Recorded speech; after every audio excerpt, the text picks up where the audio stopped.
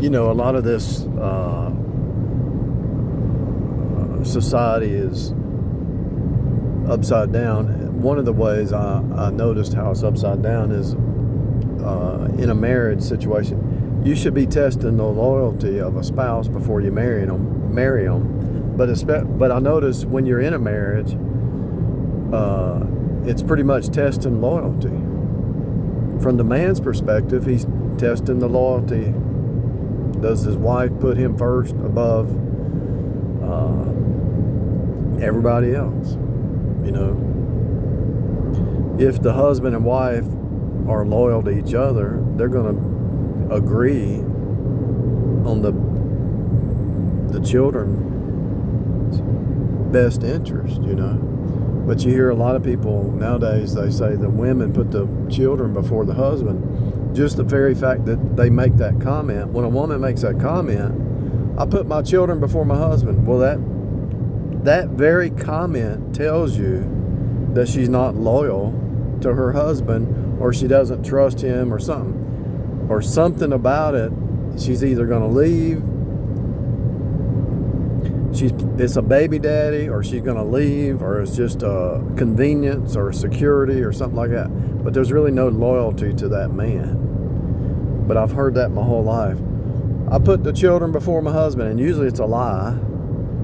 Usually, because if you think about it, if they put their children before themselves, they would have stayed married or figured out how to get it to work out, because they care more about their children being raised with their both parents. So it's all lies. Society's flipped everything upside down, but the Bible makes it clear. You got Adam and Eve, right? And then you got Cain and Abel. Adam and Eve were loyal to each other. Cain and Abel are their own people before God. The purpose of raising children is to raise them up. The Bible says raise them up in the admonition of the Lord. You raise them up to kick them out of the nest so they can do their own thing. It's not to vampire and get your security blanket off your children. That's not the purpose of children. If you're getting your needs met, emotional needs met from your child, something's messed up. Your mind is messed up. You're twisted in your thinking. Your security should come from God. And if it's a spouse, those two work together, and let's say one has a weakness, the other one tries to build that weakness up. If the other one has a weakness, if the man has a weakness, she tries to come in alongside. If the woman has a weakness, he comes alongside. And they work together to help the kids grow and become an adult and kick them out of the nest.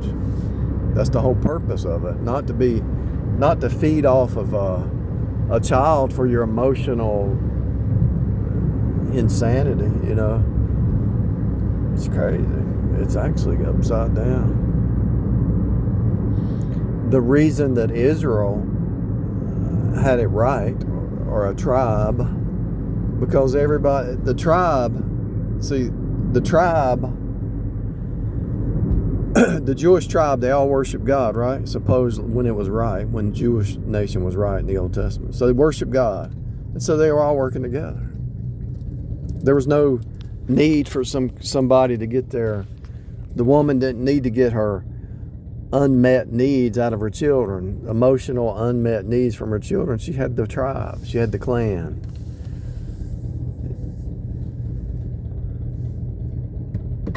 The prophets and the priests and the kings and the tribe, it was all a community.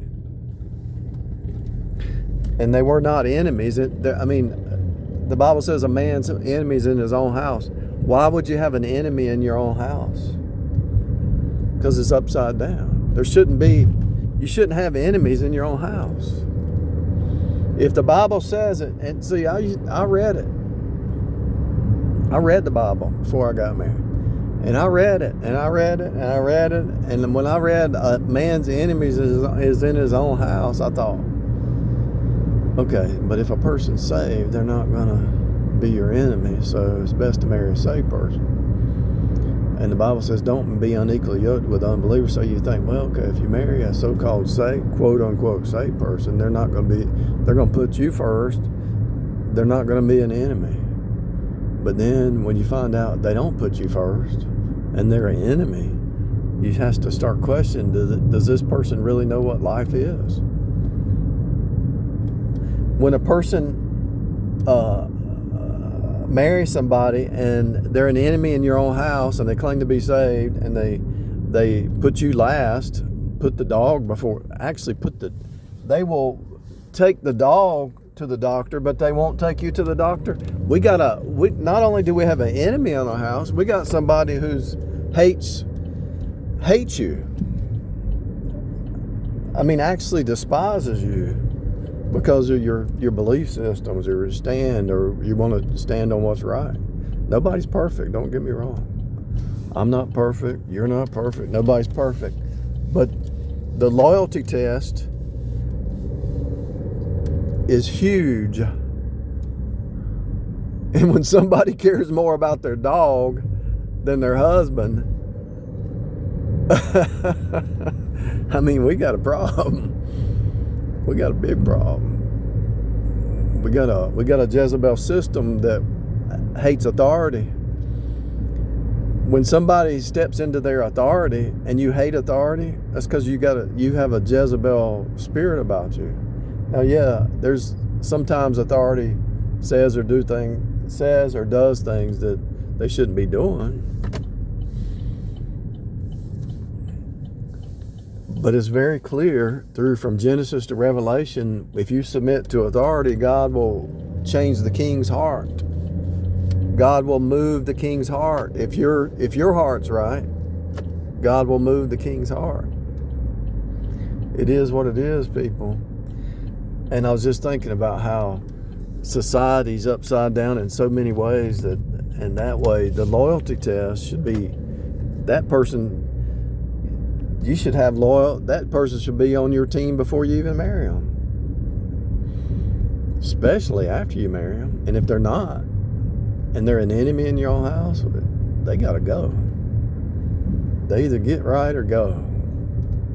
And usually they don't get right, because if it's in them, it's going to be in them no matter who they marry. It has nothing to do with you. It's the spirit in them, you know. It's actually the anti-spirit in them. This is the real deal, people. This is real stuff. You won't even hear a preacher talk about this stuff, even though it's all over the Bible.